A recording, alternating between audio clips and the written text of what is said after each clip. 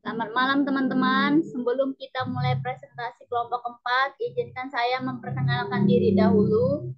Saya Ludovika Renata sebagai moderator. Ada Kairunisa sebagai penyaji materi, Lydia Satri Harefa sebagai penyaji materi, Lilis Koleria Telambanua sebagai penyaji materi, Mazda Tata Anggriani sebagai penyaji materi, dan Muhammad Hisham Syahwan sebagai penyaji materi. Baik, kita akan mempresentasikan materi mengenai perkembangan embrio yang akan dibacakan oleh Kairunisa. Dipersilahkan. Baik, terima kasih kepada Renata. Saya akan menjelaskan mengenai embriologi. Definisi embriologi. Embriologi berasal dari kata embrio dan logos. Embrio yaitu pembentukan, pertumbuhan pada tingkat permulaan dan perkembangan embrio. Sedangkan logos yaitu ilmu. Jadi, embriologi yaitu tentang ilmu tentang pembentukan, pertumbuhan pada tingkat permulaan dan perkembangan embrio. Embriologi atau ilmu embrio merupakan bidang ilmu yang mempelajari bagaimana sel tunggal membelah dan membentuk dan berubah selama perkembangan untuk membentuk organisme multiseluler. Kita masuk pada slide selanjutnya.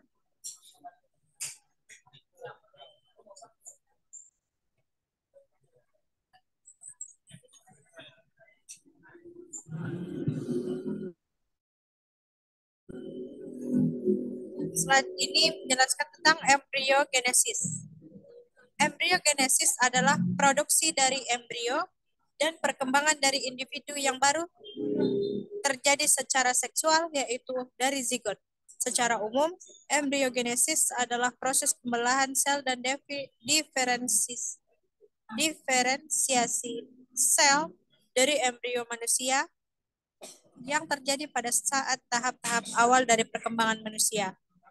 Embriogenesis terjadi pada saat spermatozoa bertemu dan menyatu dengan ovum, yang disebut fertilisasi, sampai akhir dari minggu ke-8 dan perkembangan manusia. Baik, setelah selesai penjelasan dari saya, dilanjutkan pada Renata. Baik, selanjutnya akan dibacakan oleh Lydia.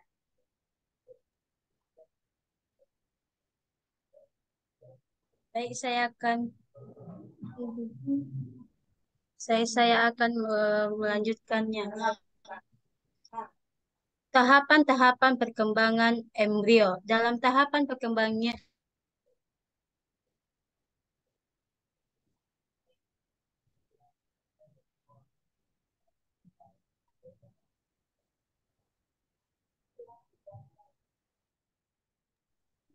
kepada saudara Lydia, hidupkan mikrofonnya.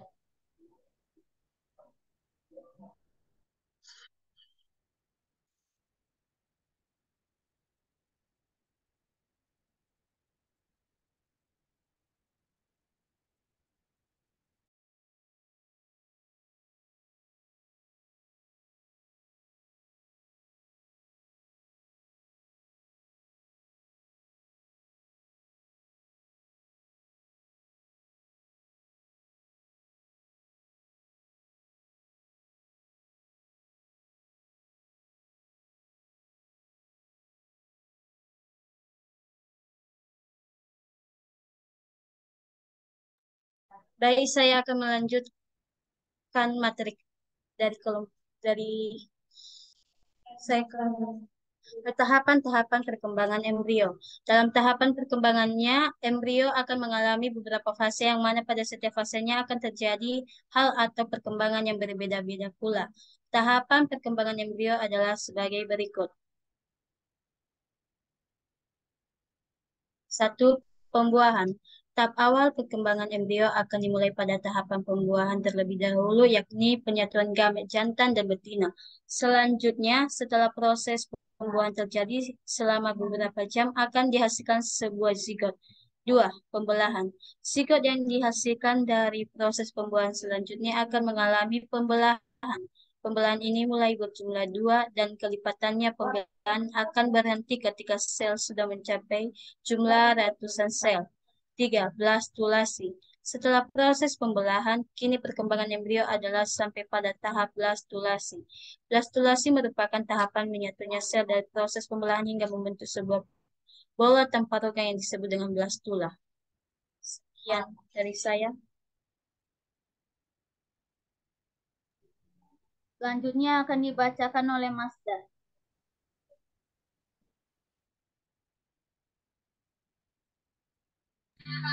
Baik, saya akan melanjutkan 4. Gastrulasi. Dari proses blastulasi akan berlanjut ke proses gastrulasi. Pada proses ini, bola tanpa rongga yang telah terbentuk akan membelah kembali sehingga menimbulkan rongga-rongga di dalam bola tersebut. Di sana juga akan terbentuk 3 lapisan yang meliputi lapisan ekstodrem, mesodrem, dan endodrem. 5. Neurolasi. Neurolasi adalah pembentukan sebuah korda saraf.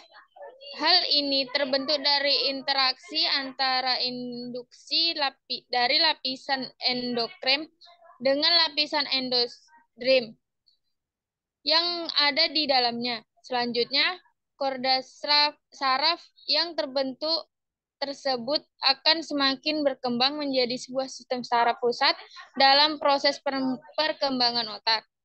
6. Eoganogenesis. Tahapan terakhir embrio adalah organogenesis. Pada tahap ini akan terbentuk berbagai macam organ makhluk hidup yang mana hal tersebut dibentuk dari 3 lapisan sel yakni ektodrem, mesodrem, dan juga endodrem. Setiap lapisan sel akan menghasilkan organ yang berbeda-beda seperti halnya sistem saraf, sistem reproduksi, dan sistem pencernaan, dan lain sebagainya.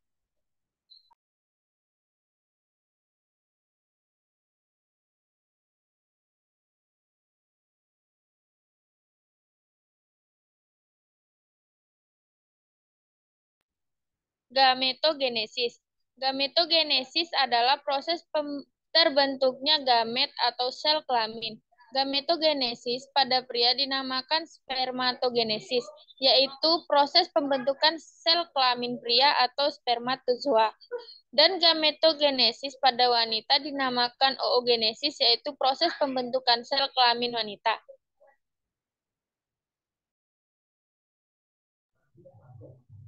Baik, selanjutnya dibacakan oleh Lilis. Baik, saya akan melanjutkan membaca makalah kami. Secara umum, gametogenesis terdiri atas 4 tahap, yaitu yang pertama, asal dan migrasi bakal sel kelamin ke gonad. Yang kedua, perbanyakan bakal sel kelamin secara mitosis di dalam gonad. Yang ketiga, reduksi jumlah kromosom sel kelamin menjadi setengah secara meiosis di dalam gonad. Yang keempat, pemasakan dan diferensiasi gamet menjadi sperma atau ovum.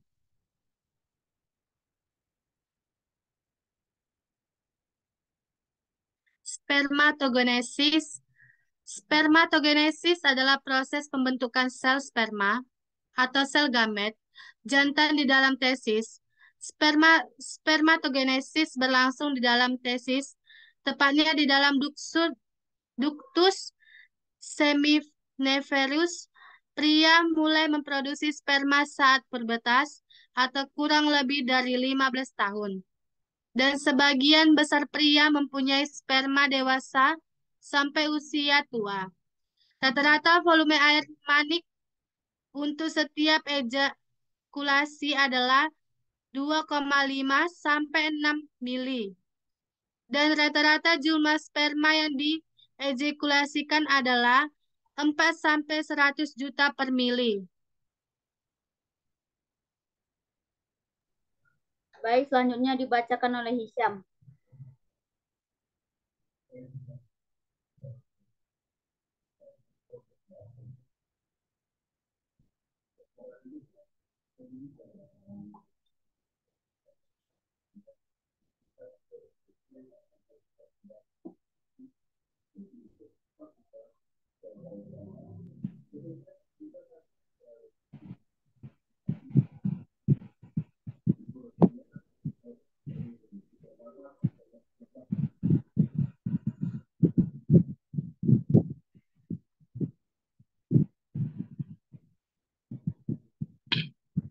Oke, saya akan melanjutkan presentasinya.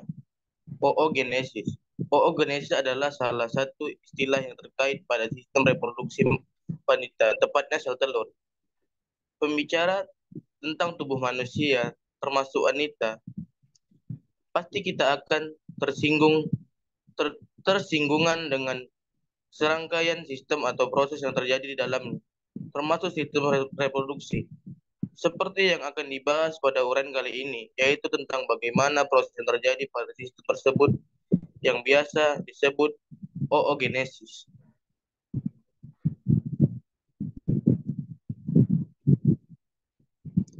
Ovulasi terbagi menjadi 3 fase, yaitu A. Fase praovulasi. Oosit dalam oogonium berada di dalam suatu folikel telur. Folikel juga mengalami perubahan seiring dengan perubahan oosit. Primer menjadi oosit sekunder sehingga terjadi ovulasi. Sebelumnya hipotalamus mengeluarkan hormon gonadotropin yang merangsang hipofisis untuk mengeluarkan FSH. Adanya FSH merangsang pembentukan folikel di dalam ovarium yang mengelilingi satu oosit primer. Baik, saya akan melanjutkan. B. Fase ovulasi. Ovulasi merupakan proses pelepasan sel telur yang telah matang dari ovarium dan kemudian berjalan menuju tuba falopi untuk dibuahi. Pada saat mendekati fase ovulasi atau mendekati hari ke-14, terjadi perubahan produksi negatif. Peningkatan kadar estrogen selama fase praovulasi menyebabkan reaksi umpan balik negatif atau penghabatan terhadap pelepasan PSH lebih lanjut dari hipofisis. C. Fase pasca ovulasi. Pada fase pasca ovulasi, folikel degrad yang ditinggalkan oleh oosit sekunder akan berkerut dan berubah menjadi korpus luteum dan tetap memproduksi hormon estrogen dan progesteron meskipun korpus luteum memproduksi estrogen. Tetapi estrogen diproduksi tidak sebanyak yang diproduksi oleh folikel degrad.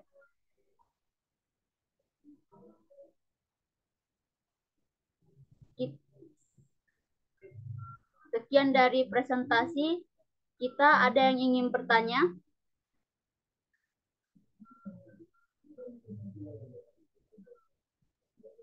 Baik, saya akan mau bertanya. Perkenalkan, nama saya Lydia Satri Harefa, akan mengajukan pertanyaan tentang bagaimana proses perkembangan embrio dalam kandungan. Sekian.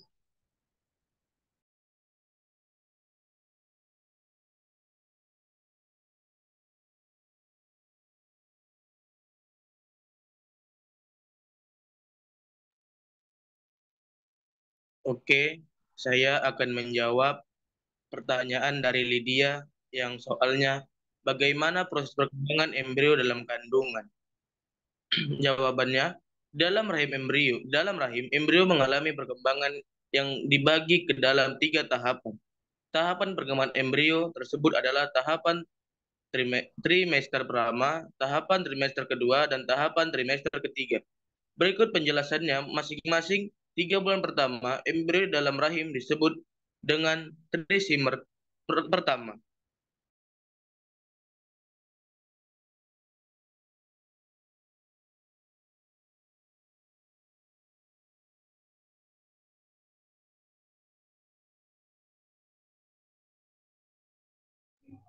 Apakah saudara Lydia bisa terima?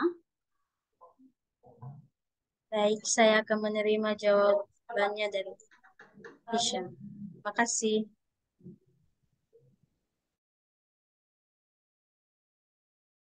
Sama-sama.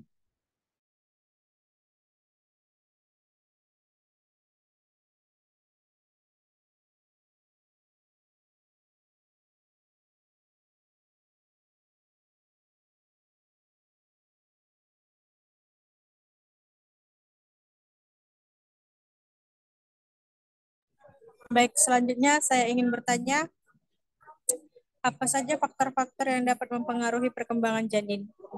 Terima kasih.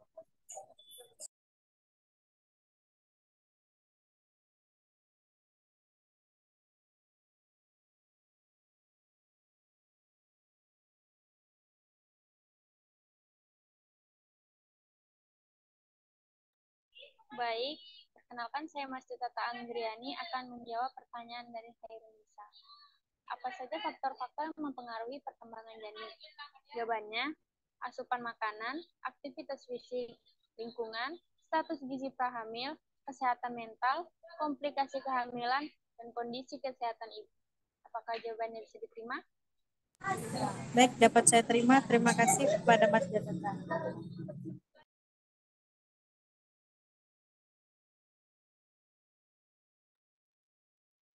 Baik, izinkan saya untuk bertanya. Pertanyaan saya yaitu, mengapa perkembangbiakan embrio memerlukan waktu yang lama? Terima kasih.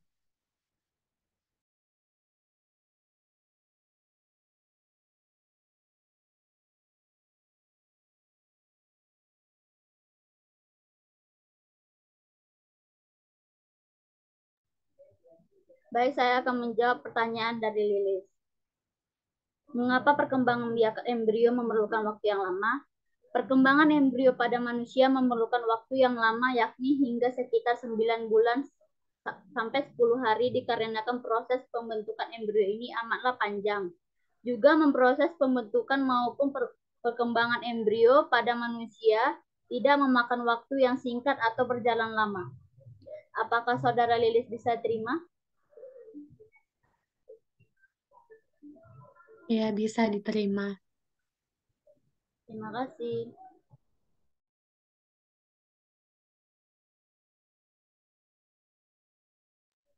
Baik, saya ingin bertanya, bagaimana proses perkembangan embrio manusia setelah terjadi fertilisasi?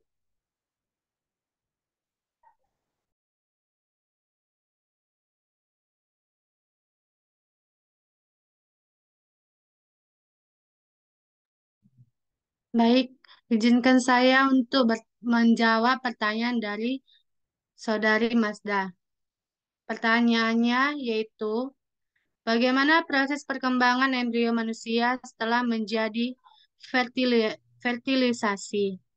Jawabannya yaitu, di sini terdapat berbagai banyak cara, yaitu yang pertama, asupan makanan, yang kedua, aktivitas fisik, yang ketiga, lingkungan, yang keempat, status gizi para hamil, kesehatan mental, yang keenam, komplikasi kehamilan, yang ketujuh, kondisi kesehatan ibu.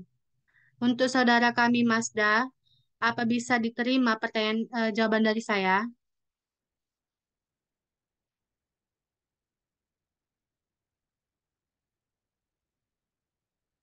Saudara Mazda, apa bisa diterima?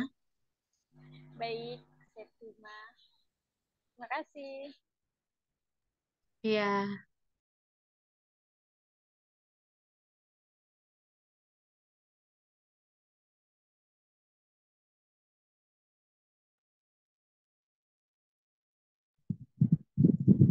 Oke, saya ingin bertanya, bagian-bagian apa saja yang terbentuk ketika embrio berusia 16 minggu?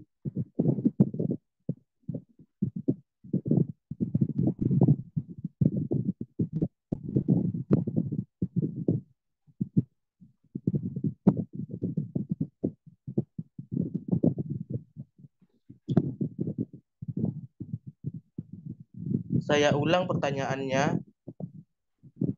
Bagian-bagian apa saja yang terbentuk ketika embrio berusia 16 minggu?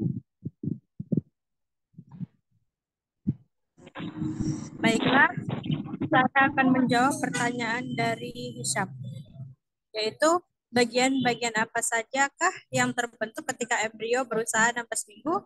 Jawabannya adalah selama 16 minggu, perkembangan janin akan mulai terbentuk, ekspresi wajah, dan sistem sarafnya akan tumbuh. Baiklah, kepada Hisham, apakah dapat diterima? Oke, terima kasih. Saya sudah menerima jawaban dari Khairunisa.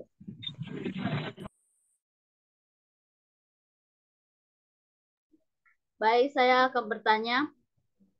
Perkenalkan, nama saya Ludovika Renata, ingin bertanya bagaimana caranya embrio memperoleh makanan supaya dapat tumbuh dan berkembang dengan baik, dan bagaimana janin dalam kandungan membuang sisa metabolisme.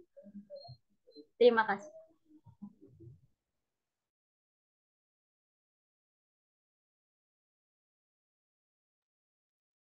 Baik, saya akan menjawab pertanyaan dari Ludovika Renata. Bagaimana caranya embrio memperoleh makanan supaya dapat tumbuh dan berkembang dengan baik, dan bagaimana janin dalam kandungan membuang sisa metabolisme? Jawabannya, embrio mendapatkan makanan dari plasenta. Benda ini merupakan penghubung kehidupan antara ibu dan janin yang memberikan nutrisi. Semua kebutuhan bayi untuk tumbuh dan berkembang disuplai ibu melalui plasenta. Dan untuk membuang sisa metabolisme darah janin, selain mentransfer nutrisi, plasenta juga sudah tidak dibutuhkan oleh janin. Sisa janin kemudian dialirkan kembali ke aliran darah ibu dan dikeluarkan bersama sisa metabolisme ibu. Demikian jawaban dari saya. Apakah bisa diterima? Baik, terima kasih. Sama.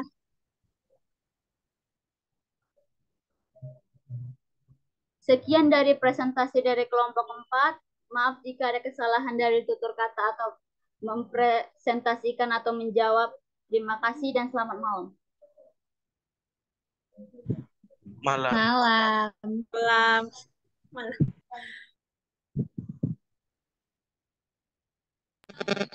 Baik, saya Masjid Anggiani ingin bertanya, bagaimana proses perkembangan embrio manusia setelah terjadi fertilisasi?